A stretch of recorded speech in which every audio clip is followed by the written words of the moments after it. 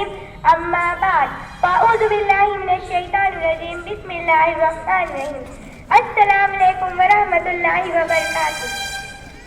اس کے ہر لفظ میں پوشیدہ ہے اسرار حیات، اس کے ہر لفظ میں پوشیدہ ہے اسرار حیات، رہنمائے فطرت انصاف ہے قرآن مجید۔ جناب صدر و حاضرین، میرا موضوع سخن ہے کوئی صحیفہ دنیا میں قرآن کا رتبہ پا نہ سکا۔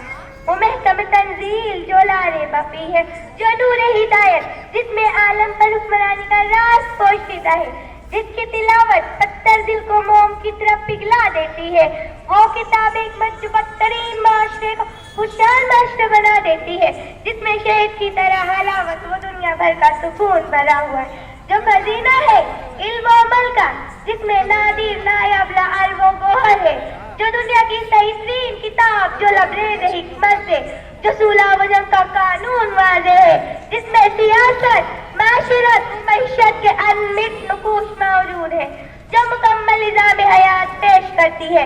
اس میں علوم معروف کا وہ بیان ہے جس کا احاطہ آج تک کسی کتاب نے نہ کیا اور نہ آئندہ امکان ہے۔ یہ فصاحت و بلاغت مزین ہے، یہ وہ قرآن جو صادق المصدق پر روح القدس لے کر آئے، جس کی تلاوت عمر بن خطاب کے کفر کے کلیجے کو پاش پاش کر دیا۔ ابو جہل بھی اس کی لاحت محسوس کیے بغیر نہ رہ سکا۔ عصر حاضر میں انگریزوں نے اس سے فائدہ اٹھایا اور اس کی عدل پروری عزت و عظمت کا اعتراف کیا، مگر آج غیروں کے اعتراف کے باوجود قرآن کس طرح رسوا ہو رہا ہے۔ جب کبھی غیروں نے قرآن کو رسوا کیا تو ہم چیخ پڑے، مگر جب ہم ہی رسوا کر رہے تو کون روئے۔ پتھر گرا ہے سر پہ خود اپنے مکان سے، پتھر گرا ہے سر پہ خود اپنے مکان سے، شکوا کروں تو کیسے کسی آسمان سے۔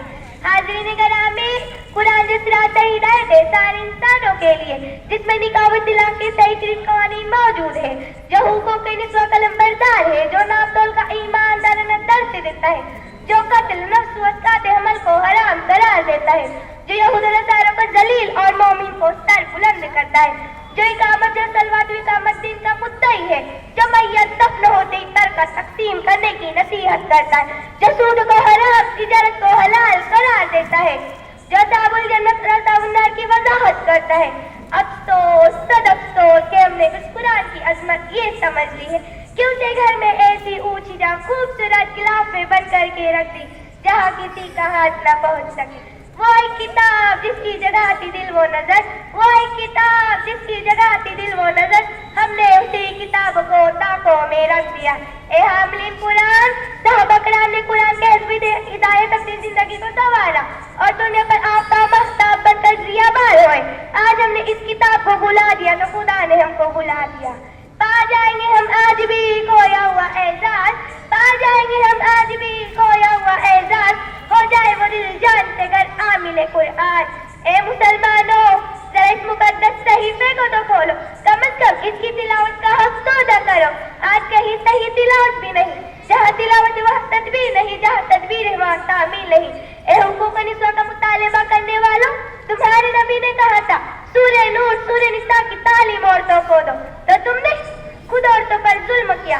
عورت کو سب سے پہلے قرآن نے عزت و سر بلند دیا تاکہ بچوں کی تربیت کا نادر و نایاب نسخہ اس ام الکتاب میں موجود ہے۔ سارے انسانوں کی نجات اسی میں ہے۔ حاضرین، قرآن صدر جس سے ہم آخرت دیکھ سکتے ہیں، لہذا قرآن پڑھیے، ترجمے کے ساتھ پڑھیے، برادران اس سے متعارف کیجیے، کیونکہ ہدی الناس بھی ہے اور ہدی العالمین بھی ہے۔ قرآن بندوں کی غلامی سے نکل کر الہ واحد کی بندگی میں دیتا ہے، ظلم و جبر ختم کر کے عدل و انصاف کا